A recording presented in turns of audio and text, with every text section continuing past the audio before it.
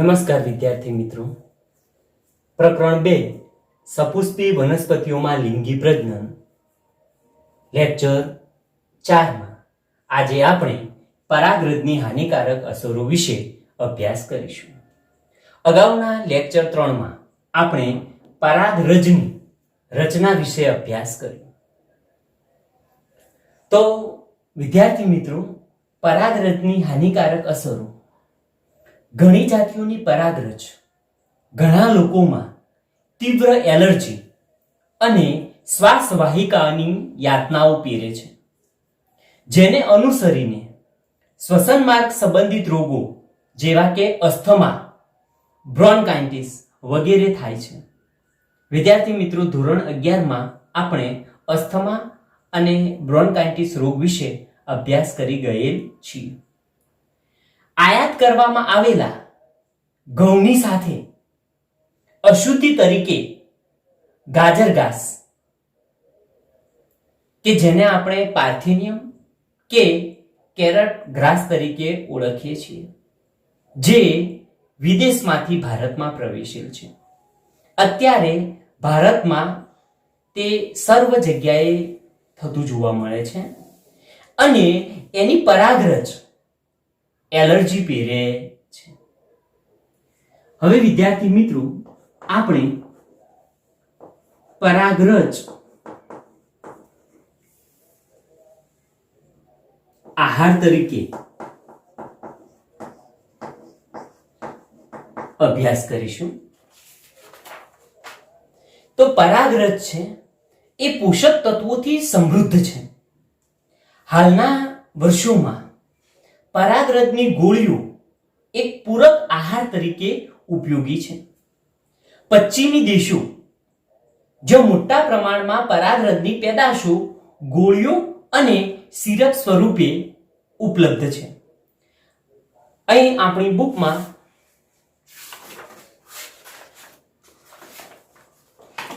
પરાગરજની નિપજોના કેટલાક ફોટોગ્રાફ દર્શાવેલ છે. તો પરાગરજની વપરાશ કરવાથી રમતવીરો અને દોડમાં ભાગ લેનારા ઘોડાઓના દેખાવમાં વધારો થાય છે એવો દાવો કરવામાં આવે છે. મિત્રો, હવે આપણે પરાગરજની જીવિતતા વિશે અભ્યાસ કરીશું.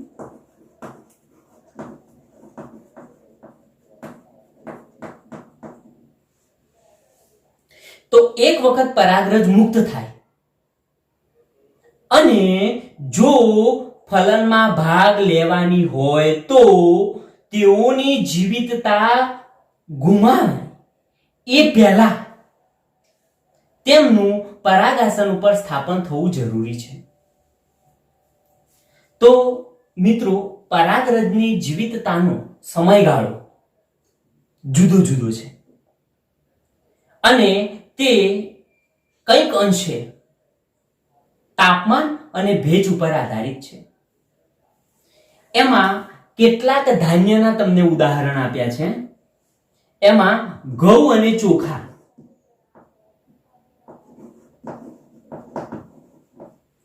તો ઘઉં અને ચોખામાં પરાગરજ મુક્ત થયા પછીની કેટલી મિનિટ મિત્રો?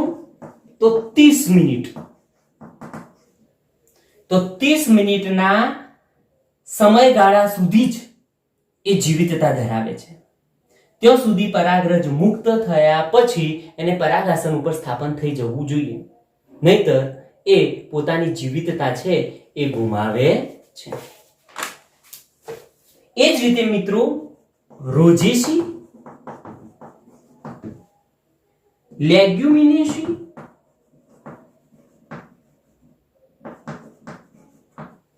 અને સોલેનેસી.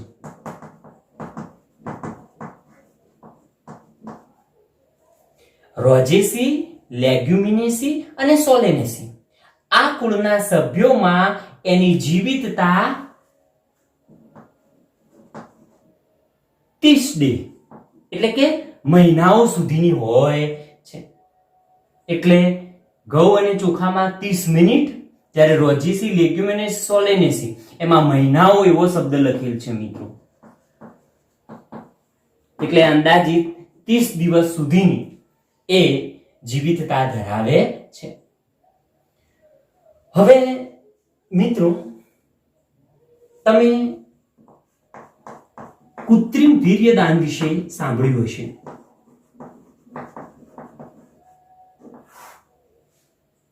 Artificial insemination, AI.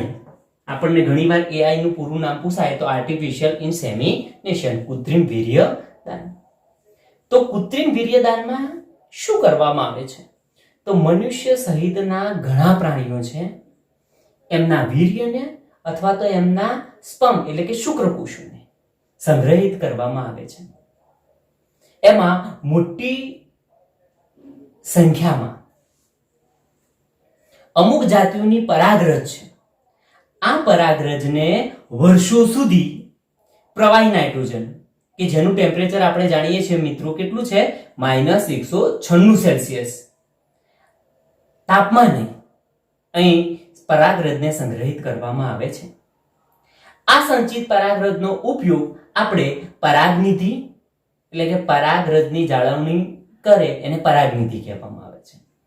અને ત્યારબાદ આ પરાગરજનો ઉપયોગ પાક સંવર્ધિત કાર્યક્રમો માટે કરવામાં આવે છે. અને આ પરાગનિધિનું કાર્ય બીજનિધિ જેવું, બીજનિધિ એટલે બીજ બેંક, જો બીજનો સંગ્રહ કરવામાં આવે છે. તો મિત્રો આ રીતે આપણે પરાગરજની રચના, પરાગરજની નરજન્યુજનક અવસ્થા, પરાગરજની હાનિકારક અસરો, પરાગરજ એક પૂરક આહાર તરીકે, પરાગરજની જીવિતતા વિશે પ્લસ પરાગરજની જાળવણી, આના વિશે અભ્યાસ કર્યો. હવે આપણે સ્ત્રી કેસર એટલે કે જાયન વિશે અભ્યાસ કરીશું. જાયન જે સ્ત્રી કેસર ચક્ર એ પુષ્પનું તો કે માદા પ્રજનન અંગ છે.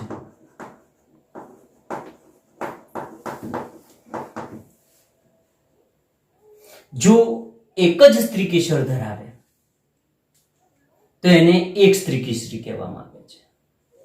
અને ઘણા બધા સ્ત્રી કેસર ધરાવે તો એને બહુસ્ત્રી કેસરી કહેવામાં આવે છે. એમાંય જો સ્ત્રી કેસર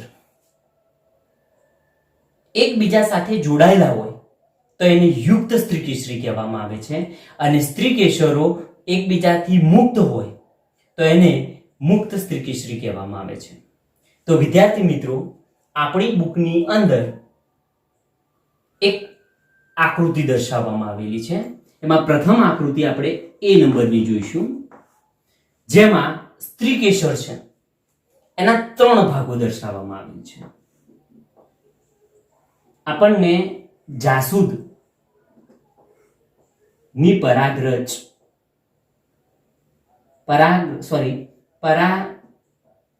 પરાગાસન દર્શાવતી એક સ્ત્રી કેસર ની આકૃતિ દર્શાવેલ છે. પરાગાસન.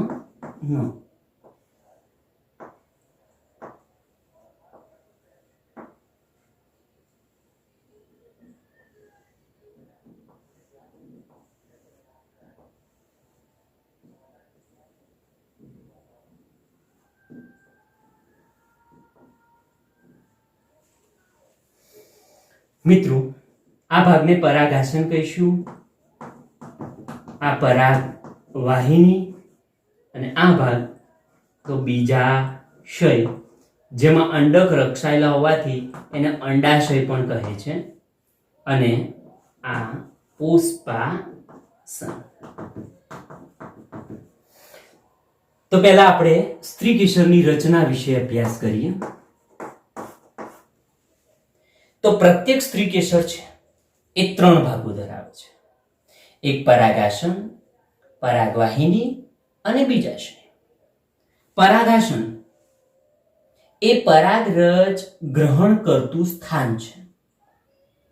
એટલે પરાગાશયમાંથી મુક્ત થયેલી પરાગરજ સ્ત્રી કેસરના પરાગાસન ઉપર સ્થાપિત થાય છે. 2 પરાગવાહિની. પરાગવાહિની પરાગાસનની નીચે લંબાયેલો એક પાતળો ભાગ છે. અને 3 બીજાશય. તો સ્ત્રી કેસરનો તલસ, તલસ એટલે નીચે ફૂલેલો ભાગ બીજાશય કે અંડાશય કહેવાય છે. આ બીજાશયની અંદર એક પોલાણ હોય છે અને આ પોલાણની અંદર અંડક રક્ષાયેલું હોય છે. હવે આ જે અંડક છે એ બીજાશયની દિવાલ સાથે જરાયુ વડે જોડાયેલું હોય છે. એટલે બુકમાં લખેલા શબ્દો પ્રમાણે મિત્રો, જરાયુ બીજાશય પોલાણની અંદર તરફ આવેલું હોય છે અને આ જરાયુ પરથી મહાબીજાણુધાની, અને આ જે મિત્રો બનશે એ જરાયુ, તો જરાયુ પરથી મહાબીજાણુધાની ઉદ્ભવે છે. અને આ મહાબીજાણુધાની કે જેને આપણે સામાન્ય રીતે અંડકો તરીકે ઓળખીએ છીએ, આ અંડકોની સંખ્યા એક પણ હોય અને એક કરતા વધારે પણ હોય, એટલે ઘણી સંખ્યામાં પણ હોય.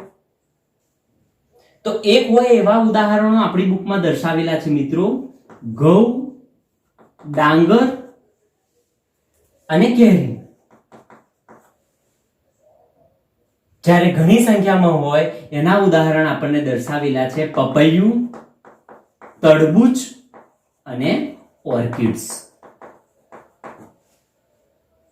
તો બીજાશયમાં અંડકોની સંખ્યા એક હોય અથવા ઘણી પણ હોય. તો એક વાળા ઉદાહરણ કયા? ઘઉં, ડાંગર અને કેરી. અને એક કરતો વધુ હોય એમાં પપૈયું, તરબૂચ અને ઓર્કિડ્સ ઉદાહરણ દર્શાવેલા છે. વિદ્યાર્થી મિત્રો, આપણી બુકની અંદર પ્રથમ આકૃતિ સ્ત્રી કેસર દર્શાવતું જાસૂદનું પુષ્પ આપેલ છે કે જેમાં બાકીના પુષ્પીય ભાગો એટલે કે વજ્રચક્ર, દલચક્ર, પુકેસર ચક્ર એ વિચ્છેદિત કરેલા છે, એટલે કે દૂર કરી અને માત્ર સ્ત્રી કેસર ચક્ર આપણને દર્શાવેલ છે. બી નંબરની આકૃતિ જુઓ, જેમાં અફીણ પાયાવર, એનું વૈજ્ઞાનિક નામ છે પાયાવર સોમનીફેરા, એટલે કે અફીણની તમને સ્ત્રી કેસર દર્શાવેલી છે. અહીં સ્ત્રી કેસરની સંખ્યા એક કરતા વધુ છે અને બધી જ સ્ત્રી કેસરો એકબીજા સાથે જોડાયેલી છે.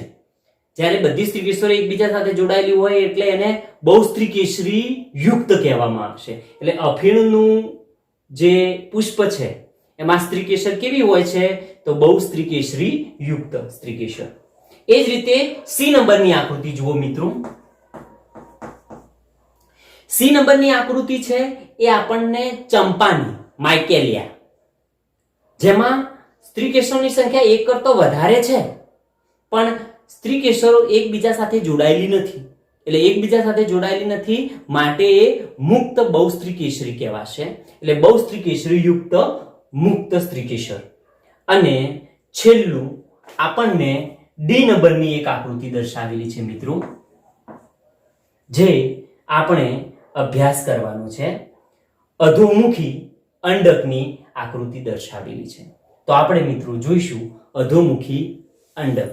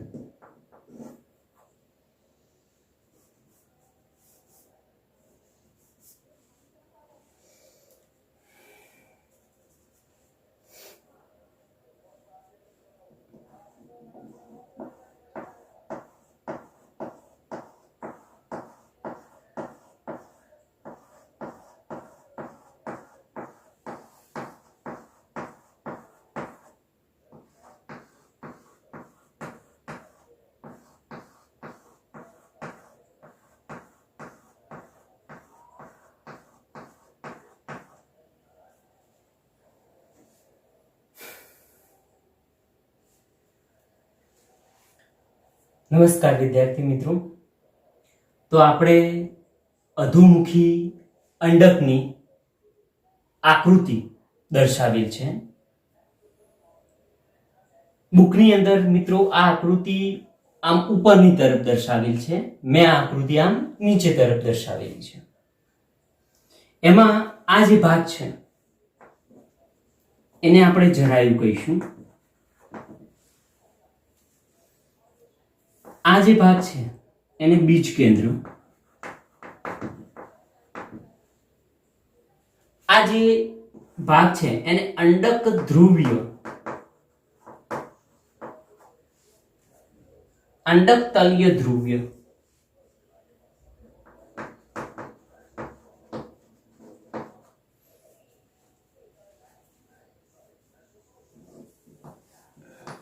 નીચેનો ભાગ એને અંડક છિદ્રીય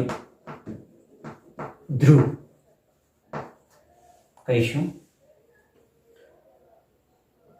આ બંને આવરણો અંડકાવરણો છે. એમાં બહારની તરફ આવેલું આવરણ બાહ્ય અંડકાવરણ, અંદરની તરફ આવેલું આવરણ અંતઃ અંડકાવરણ. અંદરનો ભાગ આને પ્રદેહ કહીશું અને એની અંદરનો આ ભાગ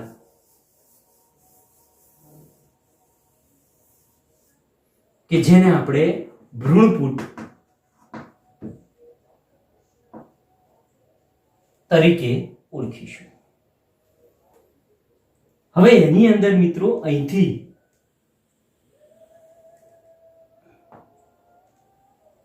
એક પોલો ભાગ હશે.